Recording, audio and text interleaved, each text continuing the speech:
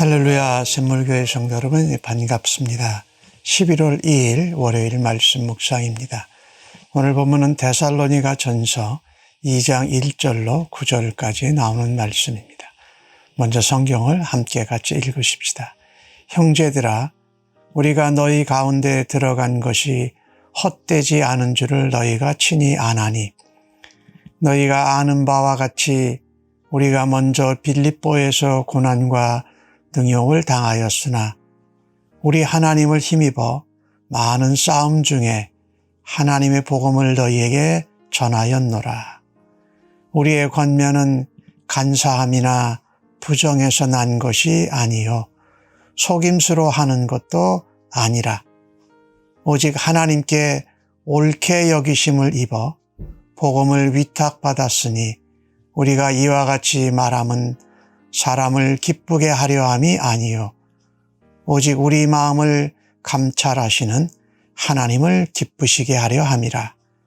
너희도 알거니와 우리가 아무 때에도 아첨하는 말이나 탐심의 탈을 쓰지 아니한 것을 하나님이 증언하시느니라.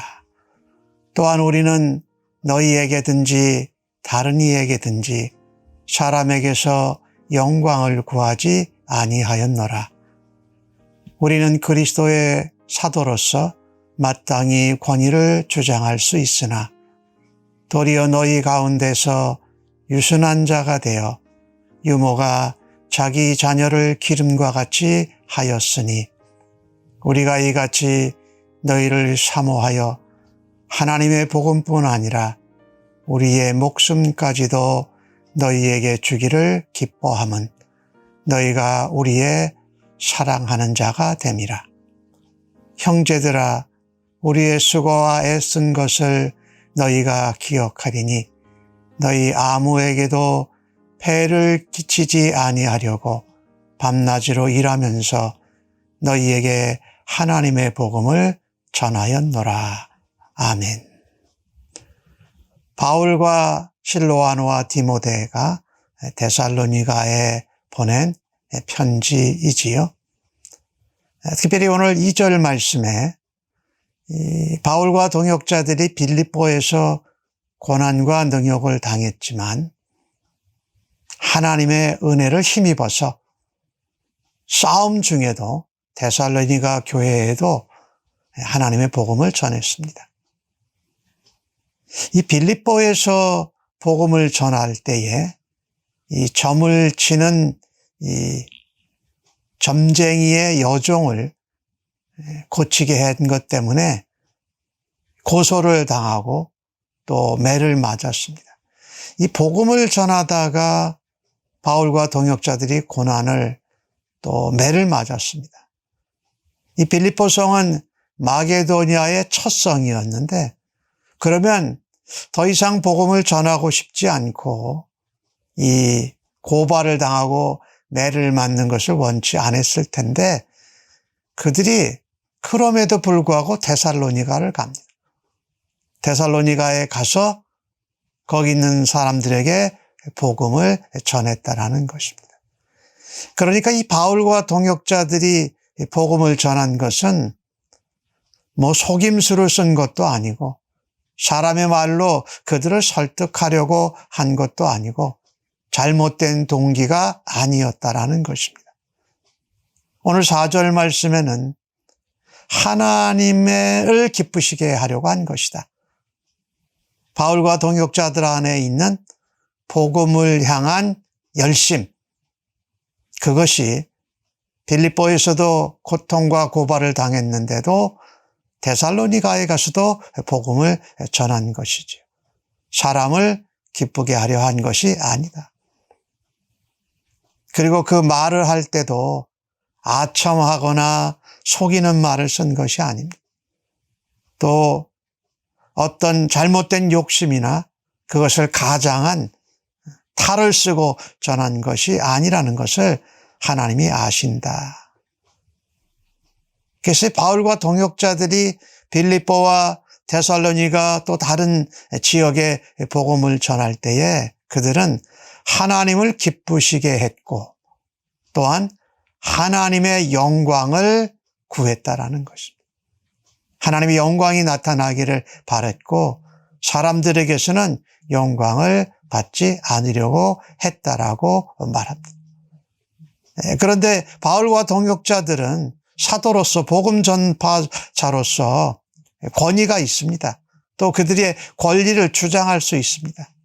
그런데 오히려 데살로니가 사람들에게는 복음을 전하는데 유순한 자, 부드러운 자, 순한 자가 돼서 젖을 먹여서 키우는 유모, 어머니와 같은 심정으로 데살로니가에 있는 사람들에게 복음을 전했다라는 것이지요. 그래서 이 데살로니가에 지금 있지 않고 바울이 3번 정도 이 회당에서 말씀을 가르치고 그리고 얼마 있다가 데살로니가를 급히 떠나게 됩니다. 그렇지만 그 데살로니가 교회와 성도들을 생각하면서 사모하는 심정으로 편지를 보낸 것이지요. 오늘 8절 말씀에 보면 내가 너희들을 사모한다. 복음뿐만 아니라 우리의 목숨까지도 너희에게 내주면서도 기뻐하는 것은 너희가 우리의 사랑하는 자가 된다. 이 바울과 동역자들이 복음을 전하면서 중요한 핵심은 하나님을 기쁘시게 함이었습니다. 하나님의 영광을 드러내기 위함이었어요.